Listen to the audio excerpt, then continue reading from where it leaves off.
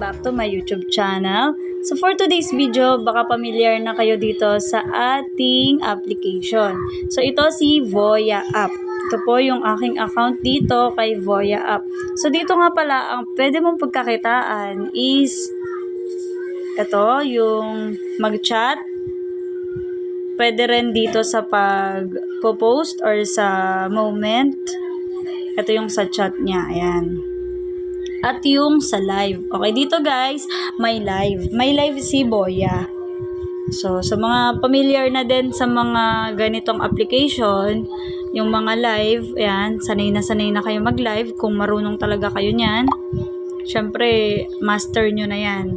So, ngayong araw nga pala, ang ituturo ko kasi ngayon ay kung paano mag-withdraw dito. So, itatry nating i-cash out or i-withdraw itong si Voya App. So, syempre, pupunta muna tayo dito sa aking account. And, dyan nyo makikita yan. Pwede nyong i-explore para malaman nyo ang iba't ibang ways niya. Tapos dito yung points. I-click natin yung points.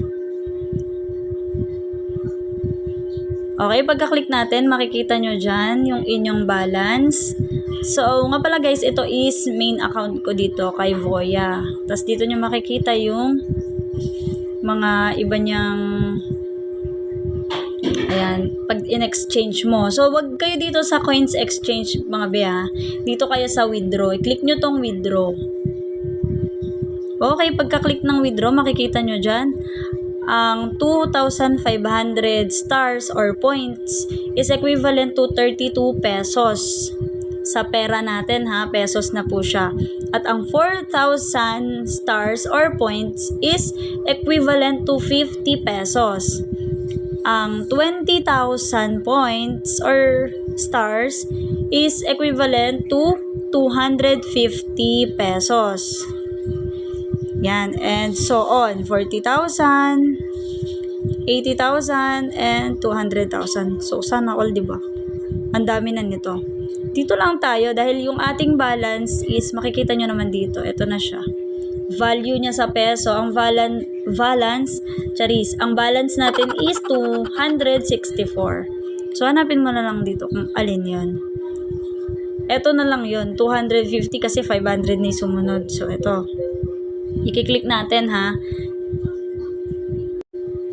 By the way guys, ito ay live withdrawal ng aking Voya App. So, dito natin malalaman kung legit ba si Voya or kung gaano katagal dumating or kabilis dumating ang ating payout. Click na natin itong 250.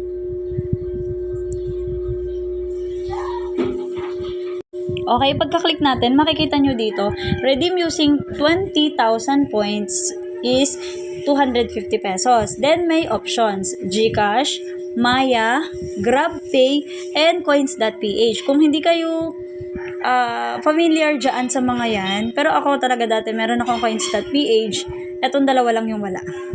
So, meron namang GCash. Okay, sa GCash, syempre, GCash na lang tayo kasi yan yung pinakamadali at pinaka-convenient na gamit natin or ng lahat ngayon dito sa atin. So, i-click mo lang dito ang GCash. Okay, pagka-click ng GCash, nakalagay na dyan ang inyong number. So, tinakpan ko lang po yung number kasi syempre for security na din po. And then yung name. Syempre, ang ilalagay nyo dito is number ng inyong GCash, last name ng GCash nyo, middle name ng GCash nyo, at ang inyong name sa GCash. So, dahil nakalagay na dito yung sa akin, i-click ko na yung submit. Ayan, may nakalagay dito na estimated amount to be deposited is 230. So, 230 daw yung darating sa'yo. Ayan. GCash, tapos yung check nyo lang siya mabuti mga beha. And then, click submit. Ayan. So, nakalagay na dito. So, submission successful. Hintayin mo daw ng 1 to 5 days. So, try natin kung darating siya. And i-update ko kayo mga be kapag dumating na yung ating withdrawal dito kay Voya. Okay? So, sa mga gusto na magpa-review dyan, mag-comment lang po sa aking comment section and gagawa natin ng paraan na ma-review or kung ano man yung katanungan nyo dyan ay i-comment nyo lang po, okay? Feel free to ask po mga beha. Sa bago pa lang, like and share po. Maraming salamat po. Hanggang sa muli.